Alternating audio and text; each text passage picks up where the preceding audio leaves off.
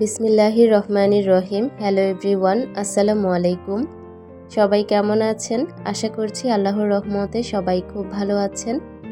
আমরাও আলহামদুলিল্লাহ বেশ ভালো আছি। বরাবরের মতো আজও আরও একটি ডেইলি ব্লগ নিয়ে হাজির হয়েছি। আশা করব পুরো ভিডিওটা জুড়ে থাকবেন। অবশ্যই স্কিপ করা ছাড়া ফুল ভিডিওটি কন্টিনিউ করার চেষ্টা করবেন। কোথাও কোনো অংশ আপনাদের কাছে একটু হলেও ভালো লাগবে। সেদিন আমি একটা ভিডিওতে বলেছি যে আমাদের এরিয়াতে শীত নেই, তবে আমার কথা বলার পরই মনে হয় কি যে হুট করেই শীতটা নেমে গেল। এখন এতটাই ঠান্ডা লাগে, আমার প্রচণ্ড ঠান্ডা লেগে গিয়েছে। আজকে ভয়েস ওভার করতে গিয়ে দেখলাম যে কথাই বের হচ্ছে না, বারবার নিঃশ্বাস বন্ধ হয়ে যাচ্ছে। সবাই ক্ষমা সুন্দর দৃষ্টিতে দেখে যাবেন। বেলকনিতে এত সুন্দর রোদ আসে, সেই সাথে আমার বেডরুমের খাটের উপরে, মানে খুব ভালো লাগে। এই শীতের সময়ের এই রোদটা কিন্তু খুবই মিষ্টি লাগে।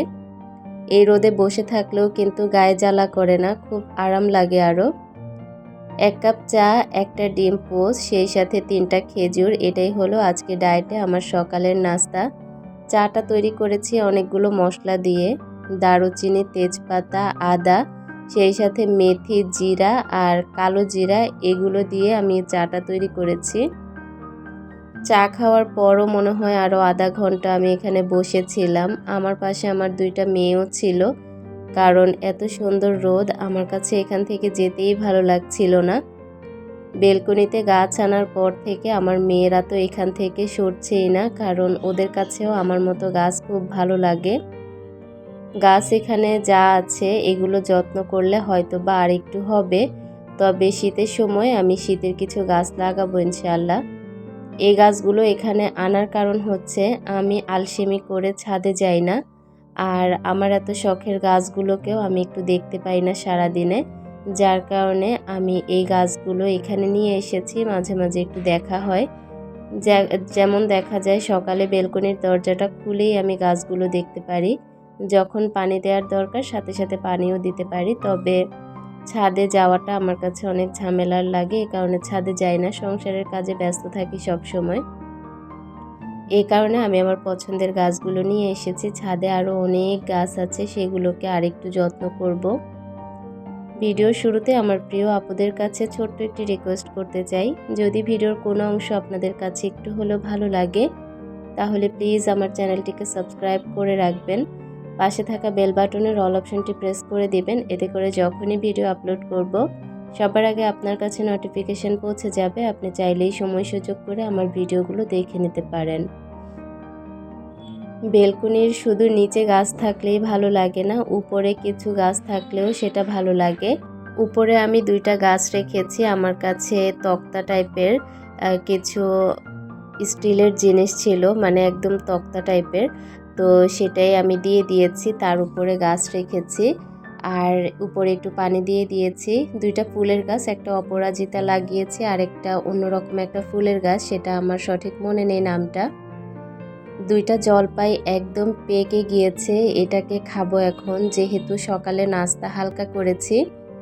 11টা-12টার মধ্যে আমি আবার একটু টক জাতীয় ফল খাওয়ার চেষ্টা করি, কারণ আমারও তো পেট ক্ষুধা তো লাগেই। তবে কিছুই করার নেই, যে জার্নিটা শুরু করি সেটা শেষ অবধি দেখা পর্যন্ত আমি অপেক্ষা করি, এটাই আমার একটা অভ্যেস।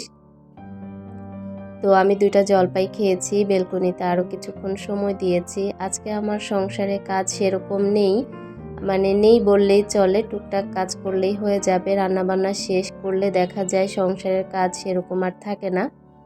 বাচ্চার যেহেতু পরীক্ষা, বাচ্চাকে সময় দেওয়ার জন্য চেষ্টা করি সংসারের কাজগুলো একটু তাড়াতাড়ি করে আমি নিজের জন্য সময় বের করতে, তাহলে আমি বাচ্চাকে সময় দিতে পারি। এ কারণেই আমার সংসারে কাজকর্ম আজকে ছিল না, যদিও ঘরবাড়ি আগে গুছিয়ে তারপর রান্না করে নিয়েছি। এখন হচ্ছে আমি কিছু কাপড় বেলকনি থেকে নিয়ে এসেছি, সেগুলোকে একটু ভাঁজ করে নিচ্ছি, যেগুলো ভিজা ছিল সেগুলো আবার বেলকনিতে মেলে দিয়েছি।